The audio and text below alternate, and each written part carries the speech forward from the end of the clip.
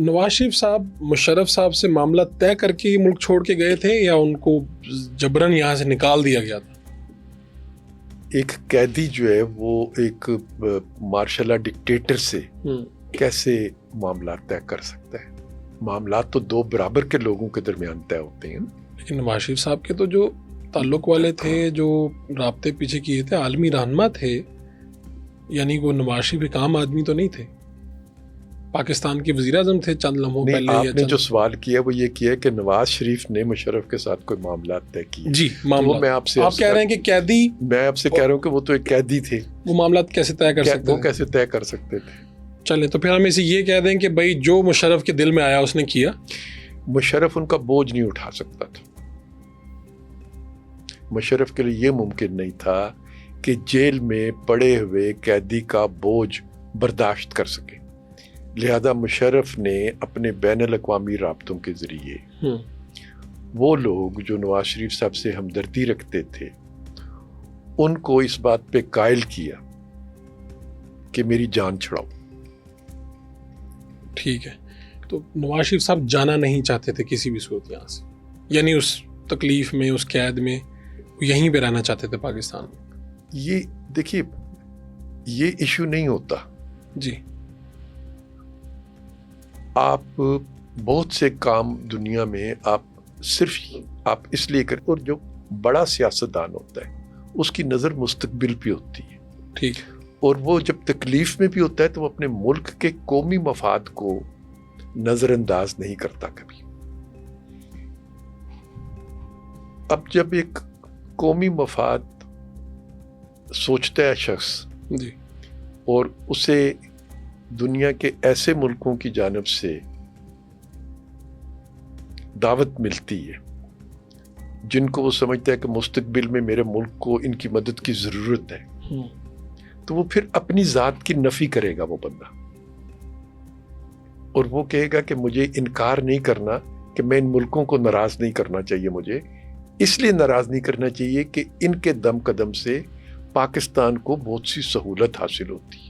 چلے اب جو میں سمجھاؤں وہ یہ ہے کہ ان ملکوں کا اصرار تھا اور میاں صاحب نے اپنے آپ کی نفی کر کے ان کی وہ بات مان کے اور اینڈ سولوشن کی طرف آئے. جی، وہ کیونکہ ایک بڑے سیاستدان ہیں، وہ ان کی نظر آنے والی سیاست پہ رہتی ہے. تو نواز شریف صاحب کے لیے لفظ میں نے دعوت استعمال کی ہے، میں نے اصرار لفظ استعمال نہیں. ٹھیک ہے، ان کی دعوت پہ دعوت. اب جب ایک ایسا ملک جو پاکستان کا ہمدرد ہے، جو پاکستان کی مدد کرتا ہے، اور ایٹمی دھماکوں کے بعد پاکستان کی پیٹرول کی ضرورتیں وہ ملک پوری کر رہا ہے، اس بات کو آپ ذہن میں رکھیں. اس ملک کی جانب سے اگر کوئی دعوت ہوگی تو ایک محب وطن سیاستدان خواہ کتنی بھی تکلیف میں گزر رہا ہو، وہ اپنی ذات کے بارے میں نہیں سوچے گا کہ میں نے کیا کرنا ہے اور میں نے کیا نہیں کرنا. وہ یہ سوچے گا کہ میں اپنے مہربان ملک کو راضی رکھوں تاکہ کل کو پھر مجھے اسی مہربان ملک کی طرف دیکھنا پڑ سکتا ہے. یہ پرویز صاحب جتنی کلیئرٹی آپ کے پاس ہے اس سارے معاملے پہ اور جس طرح سے آپ اسے بیان کر رہے ہیں، تو پھر یہاں پر لوگ بیٹھے ہوئے کیوں شکوہ کرتے تھے کہ نواز شریف ہمیں چھوڑ کے چلے گئے جناب، خود چلے گئے ہیں یہ لوگ باہر اور ہمیں یہاں پہ یہ پھنسا گئے ہیں، اب مشرف کے ظلم کو ہم دیکھیں، چیزوں کو ہم دیکھیں. یہ شکوے بھی تو یہیں پہ بیٹھے ہوئے نون لیگ کے لیڈر کرتے رہے. میرا خیال ہے کہ وہ صرف ایک دو ہوں گے جنہوں نے شکوے کیے ہوں گے.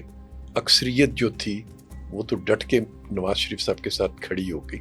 جنہوں نے علیحدہ ہونا تھا انہیں علیحدہ ہونے کے لیے بہانے چاہیے تھے. تو پھر بہانہ تو یہی ہوتا ہے نا کہ آپ اپنے گناہ کا ذمہ دار کسی دوسرے کو ٹھہرا دیں. اور جو پھر یہ پروپیگنڈا آپ کے نون کے خلاف مشرف صاحب یا ان کے ساتھی لوگ کرتے تھے کہ بھائی یہ گئے ہیں اس طرح سے، یعنی آپ گئے دعوت پہ تھے، ملک کا سوچ کے گئے تھے، قومی مفاد میں گئے تھے، اور پھر اس کو اس طرح سے استعمال بھی کیا گیا اور یہ بڑے عرصے تک یہ بات چلتی رہی. تو مشرف کیا کہتا؟ مشرف کیا آپ کو یہ آگے بتاتا ہے کہ میں قیدی کا بوجھ نہیں اٹھا سکا؟ اس وقت پھر وہاں سے کھل کے بات اس وقت بھی یہ ہوتی رہی، میاں صاحب نے کھل کے یہ بات کی کہ بھائی ہم، میں نے آپ سے بتایا اس میں مسئلہ تھی. میاں صاحب ایک بہت ہی سلجھے ہوئے ذہن کے قومی مفاد کو پیش نظر رکھنے والے سیاستدان ہیں. وہ وقت کا انتظار کرتے ہیں، جب وقت آتا ہے تو اپنے وقت پہ اس بات کو کہتے ہیں۔ میاں صاحب نے وقت پہ ہی آپ دیکھیے پھر 2006 میں ہوا نا چارٹر آف ڈیموکریسی، جی وہ بھی ان کے جلاوطنی کے زمانے میں ہی ہوا نا۔ اور چارٹر آف ڈیموکریسی جو ہے وہ ایک دن میں بننے والی دستاویز تو نہیں تھی نا، اس کے لیے 2.5-3 سال تک نیگوسیشنز ہوتی رہیں ان کی اور محترمہ کی۔ پہلے تو ان کی اور محترمہ کی ملاقات ہی ایک قدم تھا، بڑا قدم تھا، اور وہ ملاقات بھی ایک دن میں تو نہیں ہوئی ہوگی، اس کو بھی کچھ عرصہ لگا ہوگا اور بہت سے لوگوں نے اس کے لیے کاوش کی ہوگی۔ میاں صاحب کی طرف سے کچھ لوگ ہوں گے، کچھ بے نظیر صاحبہ کی طرف سے لوگ ہوں گے۔ سعودی عرب میں وہ ملاقات ہوئی، اور پھر اس ملاقات کے نتیجے میں دوبارہ 2006 میں چارٹر آف ڈیموکریسی ہوتا ہے، جس نے پاکستان میں ایک پارلیمنٹ کی عمر کا تسلسل جو ہے اس کو برقرار رکھا۔ دیکھیے چارٹر آف ڈیموکریسی کے بعد کوئی ایک پارلیمنٹ بھی جو ہے وہ ایسی نہیں ہے جس نے اپنی مدت پوری نہ کی ہو۔ بالکل ٹھیک۔